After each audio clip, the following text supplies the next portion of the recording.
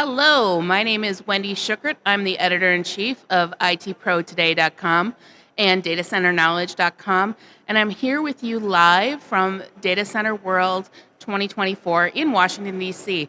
I'm here today with Glenn Kierstead. He's the Director of Product Management for the Datacom business unit brands Excel Text, Premise, and Data Center at Hubbell Incorporated. He has 26 years of product development, marketing, technical sales, and acquisition and integration experience with Premise and in the industry.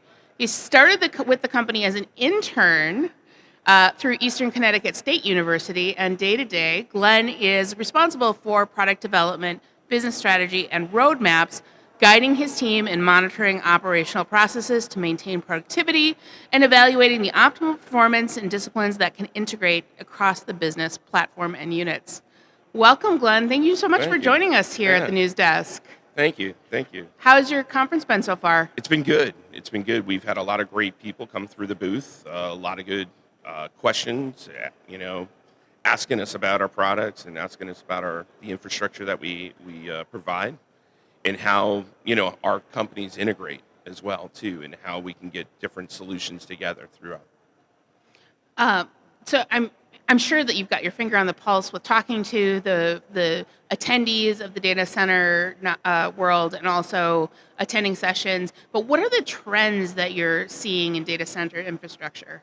So one is, of course, densification. Of course. Yeah, and in seeing active gear go from 4U to 2U to 1U, more power, more speeds.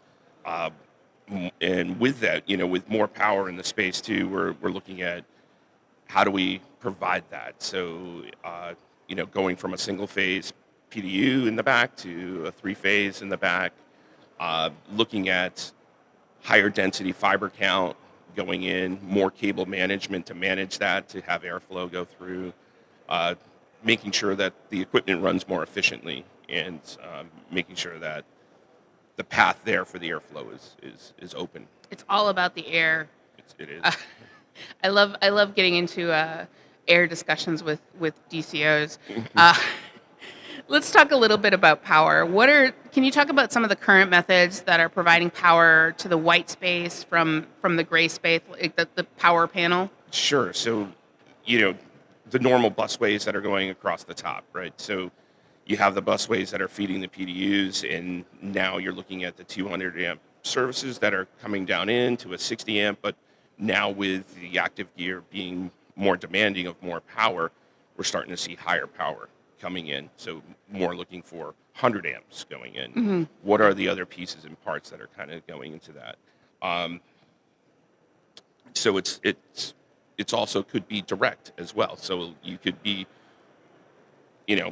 doing UPS direct to a PDU into the actual rack itself and not using the busway to bring it in. So you can go direct as well.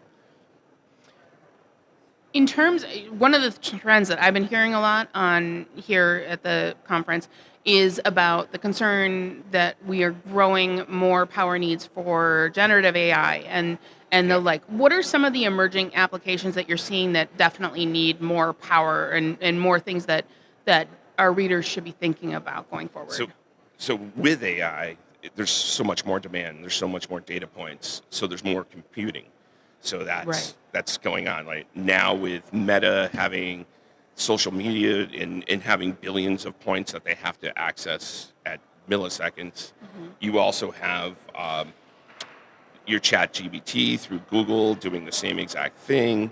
Yep. Amazon with their analytics, and then you also have, which I just found out yesterday, fraud protection with all the data points and all the credit card entries that are kind of going in. They have to see that, and they have to be able to monitor that and see if there's any trends that are going on that show up there too. So there's all these little pieces that the AI is bringing to us. So now we're looking at this and there's more than just ChatGPT, right? Right. And it's so fast. It can happen so fast in the fintech space, especially with fraud protection.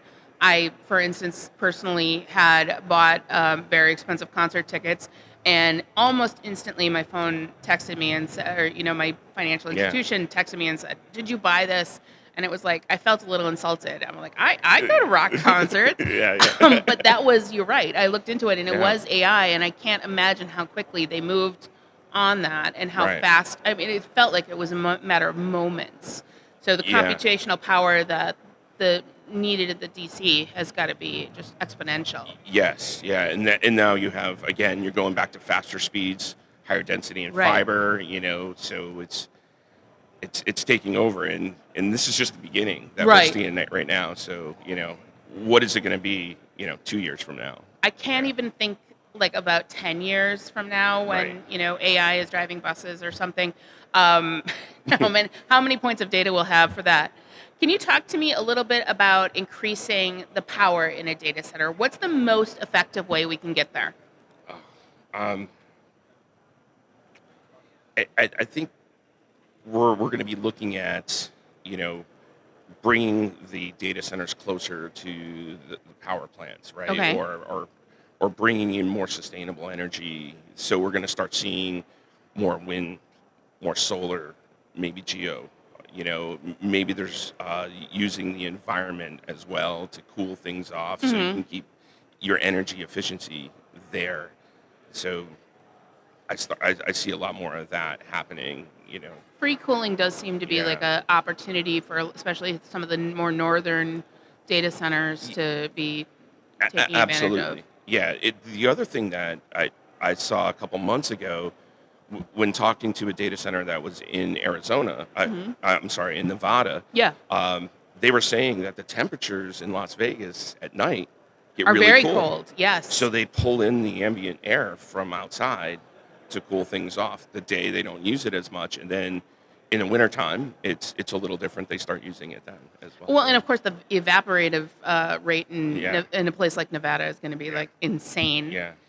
What is the latest in terms of sustainability for data centers? Well, we're starting to see, like from our standpoint, we do a lot of enterprise too as Okay. well, and we're starting to see a lot of our enterprise customers actually now going more to the cloud computing and going more to Wow. the colos.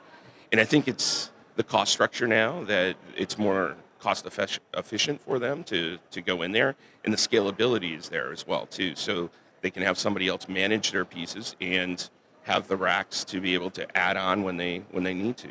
And as they grow, they can grow with inside that environment.